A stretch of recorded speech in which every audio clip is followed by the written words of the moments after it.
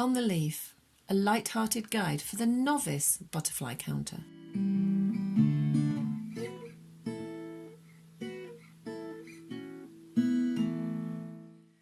Hi, welcome to the second butterfly update from On the Leaf.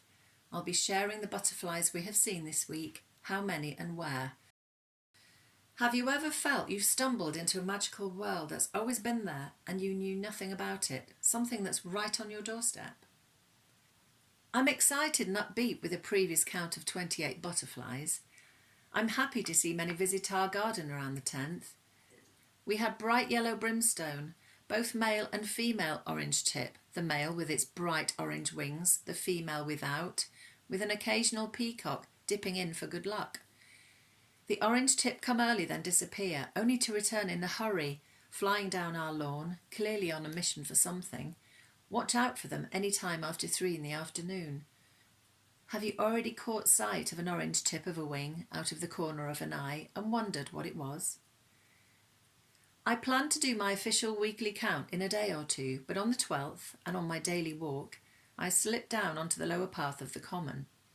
Despite a temperature of 16 degrees, a good counting temperature, little wind and plenty of sun, it's only 9:15 in the morning, technically too early to count. I don't expect to see much, yet. As I shave off and away from a lower path, I spot a brimstone. He is bright yellow, flying floppily over bramble and dipping down towards the bank. It is very sheltered here, protected from the wind. A carpet of green, full of nettles, ramsons, otherwise known as wild garlic, and a tall thin stem plant with a white flower on top, runs to the left and the right of the path and down into clumps of bramble. At 9:40 on this Sunday morning, the parade begins. First one orange tip, then another. These are all female, lacking the orange-tipped wings of the male. I'm overjoyed. I've never seen them up so close. I can see their white wings and they do appear very white, with grey-black wingtips. I'm close enough to one to see her underwings, the colour of mottled green. It's a joy and another first. The females fly low over the wild garlic. They twist and turn, then dive over the bramble. As I watch, I can't help but feel these butterflies are light in weight. They are so quick, somewhat floaty, yet sharp when they turn. I guess the benefit of being a medium rather than a large-size butterfly. They rise, clear the bank and disappear into the warmth of the field in the flick of an eye. I watch these female orange tip, happy in their safe, warm world, enjoying their morning flight. It's a magical moment. It's a magical place. I can't help but feel complete amazement and joy.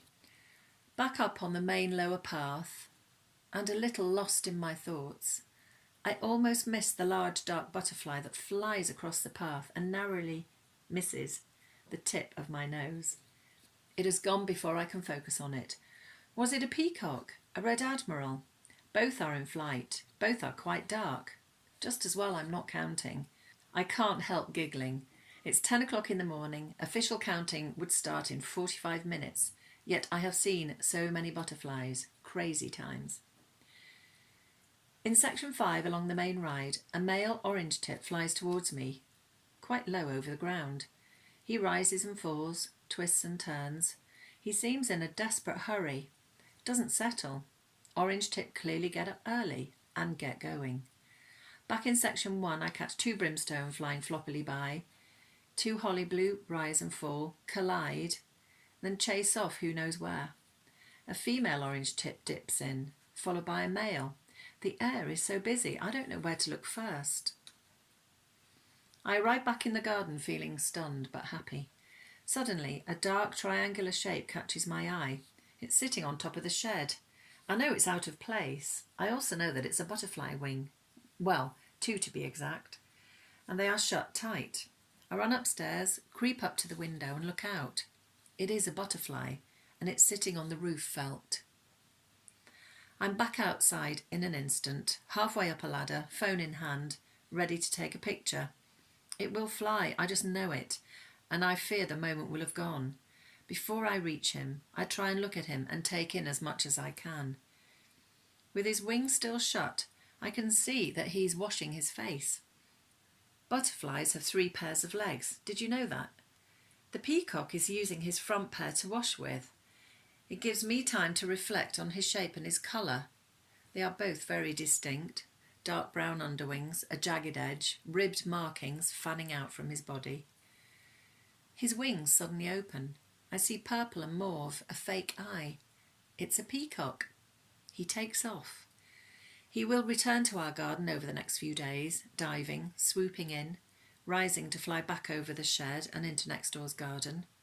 This is when they feed and bask in the sun, which is what our garden visitor was doing, basking.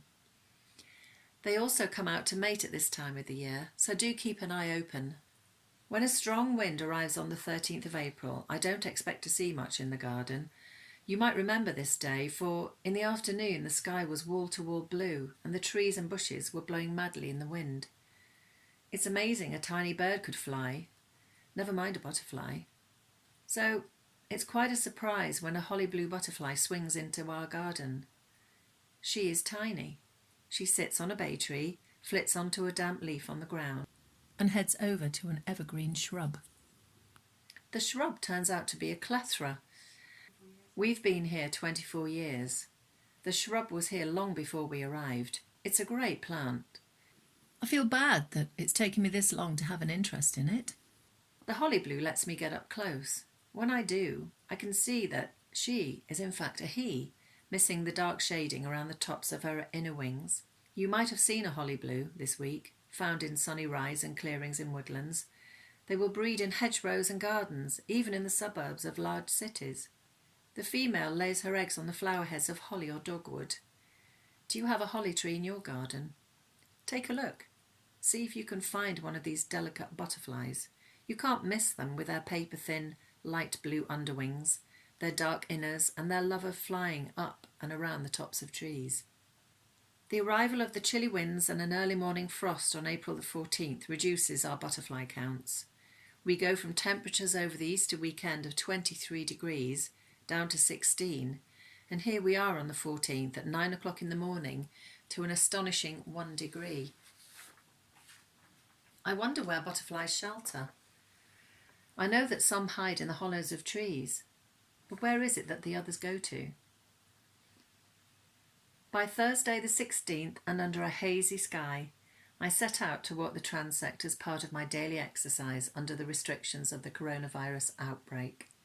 These are strange times, and there's a strange feeling on the common.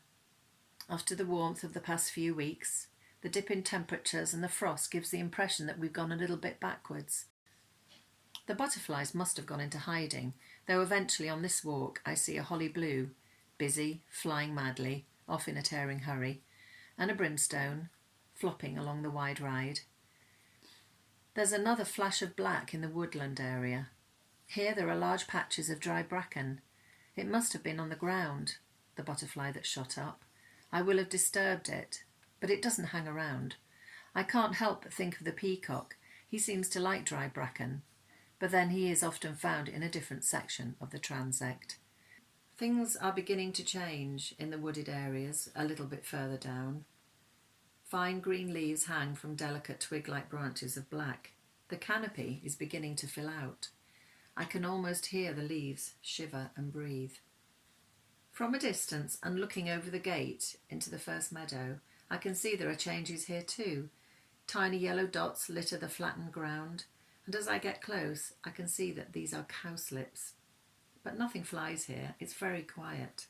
And in the second meadow, a much messier meadow with tall stalks of grasses, strangled by a raft of interlocking bramble, there is nothing to be seen. Back through 12 and more spring growth, the panorama is beautiful, but again, very quiet. I retrace my steps, head down along the wide ride of section 5 and give the ground ivy a wry grin as I slip by the large and purple patch to my right. Only last week this was where the brimstone rose and fell with the brilliant orange wings of an orange tip. This is where the male brimstone fed and fluttered and flew. Now nothing. It's an eerie feeling. Suddenly, a brilliant white butterfly comes into view. Medium-sized, she must be a female orange tip. I follow, thread my feet through bramble and try hard not to trip up. I get close as the butterfly lands on a dandelion. Too close, and she's getting jumpy. She flies up into a tree but returns, another joins in, and as they feed, they lift their wings. I can see that their underside has green veins running along it. Gosh, the first green-veined white of 2020. They are indeed jumpy. They don't seem to like me being there. I catch sight of another in section 2. It flies down, straight into the head of a bright yellow dandelion. It is spooked when our dog trots by. The green-veined white flies off. But around the corner there are a further 2, feasting on dandelion heads. I reflect how weird it is when, all of a sudden, a new variety comes in and they seem to take over. Take me back to last year and I wonder if I would have thought the green-veined white were female orange tip. They are very similar from a distance.